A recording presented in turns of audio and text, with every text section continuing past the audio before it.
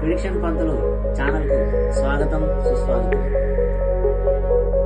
T20 men's world cup 2024లో భాగంగా రేపు 3 మ్యాచ్లు జరగనున్నాయి.